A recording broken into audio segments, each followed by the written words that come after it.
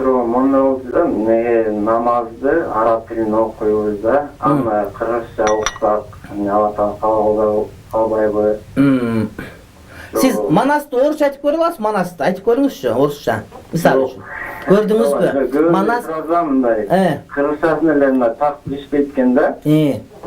Ошо орусча которуп окусак болобу же болбойбу? Урматтуу бир тууган, эң туура айттыңыз, кыргызча намаз окусак болобу деп. Билесизби, мисалы үчүн кыргыздардын башын коштурган, биз кыргызбыз да, мен мундузданмын, мундуз уруусунанмын, солго кошулам. Урматтуу бир тууган, мына ушул Манас эпосу биздин кыргыздардын башын кошуп турган уютку, анткени ошол кыргыз тили, Манастагы тил аркылуу биз өзүбүздү улут болбой калуудан сакталып тура турган критерийлердин бири. Тили жок эл улут болуудан калат. Ошол сыяктуу жалпы мусулманчылыктын башын кошуп турган бул Кур'ани Карим китеби, Кур'ани Карим араб тилинде болот да.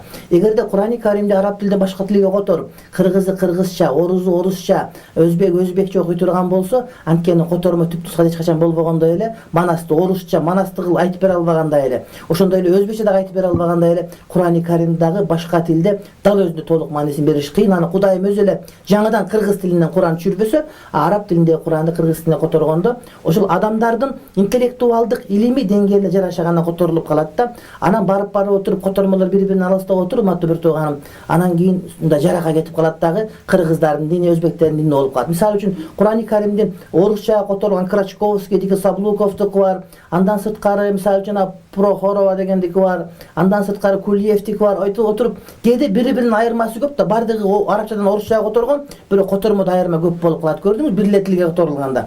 Эми башка тилге которулганда Кур'андын өзүнүн мааниси калбай деле калышы мүмкүн. Ошондуктан ислам үммөтүнүн башын бириктирүү максатында намаз, азан бул араб тилинде болуш керек. Ал эми дуаларды ким каалагандай кылса боло берет, урматтуу бир тууганым.